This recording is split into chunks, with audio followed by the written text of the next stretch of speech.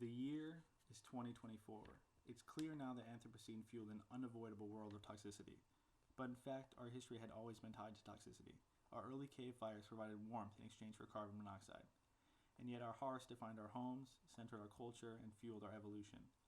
As our legacy of toxicity continued, humanity settled into a condition of toxic urbanism, contained by the toxic wastelands of the periphery. Our remediation efforts were too slow, too costly, and failed to produce any agency in the age of toxicity. As we continued to produce Superfund sites across the country, landscapes of toxic air, contaminated soil, and polluted water became our second nature. We went forward with new and more toxic production methods while we neglected our existing toxic release sites. Increasing autonomy disguised in the form of environmental protection and controlled environments continued to mask our growing exposure to a toxic world while assuring there would be no post-toxic future. Within the confines of toxic urbanism, people suit up every day.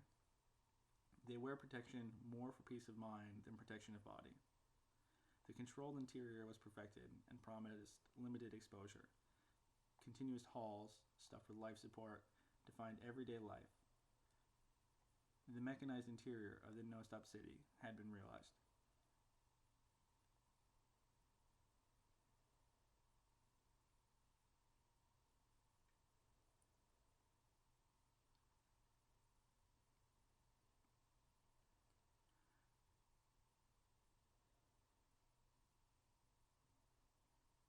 While autonomous machines handled the most toxic tasks, seemingly limiting our exposure, we had cured sick building syndrome, but living within the perfectly artificially controlled interiors produced a sense of homelessness.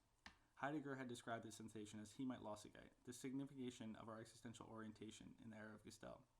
This condition was explicated by the dichotomy between our technological culture and its toxic landscapes of production. The search for a solution to this denaturalization questioned control. The mechanized world we produced removed exposure and created environments, but at the cost of spatial experience. We had always been a risk-adverse society. We needed more exposure, not the controlled bubbles of the early environmentalists. We wanted something more experiential and less material, a way to manipulate exposures and produce temporal spatialities. Looking through the history of our toxic typologies, construction methods, dimensions, and materiality were deprioritized in favor of concentrations, densities, and velocities, allowing the manipulation of exposure. Channeling, flowing, and pooling allowed for the design of spatial qualities related to differences in exposure. This thesis rejects the perfectly controlled interior in favor of interiors of exposure. It proposes a cohabitation between mankind and their toxins. The thesis started with a series of models to test airflow. In certain forms, decreasing velocity allowed an increase in concentration and the pooling of density, while in others, an increase in velocity produced the same effect.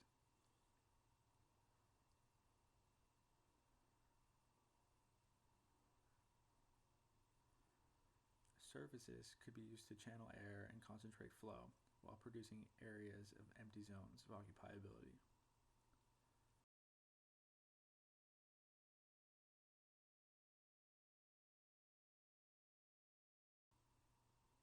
The work became a mediation between hard surfaces and soft boundaries to produce gradients of occupiability here, defined by different zones of occupation, such as immediately dangerous to life and health, short-term exposure limits,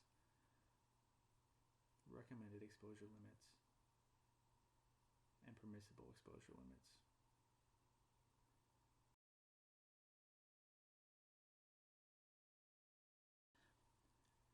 These methods were then tested against a second series of models.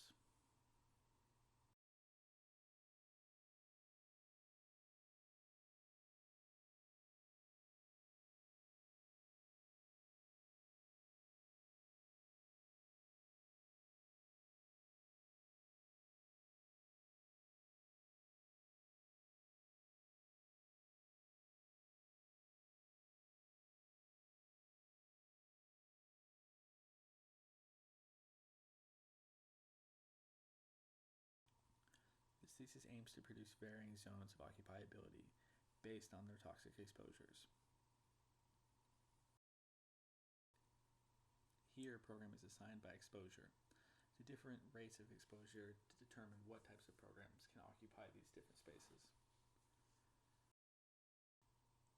Different zones produced by the airflow in the form of the chimney surfaces produce different areas that could be filled in with different programs. Changes in airflow, such as from a low velocity pooling method to a high velocity channeling method, produce different types of spaces within the same zones, producing spaces like this.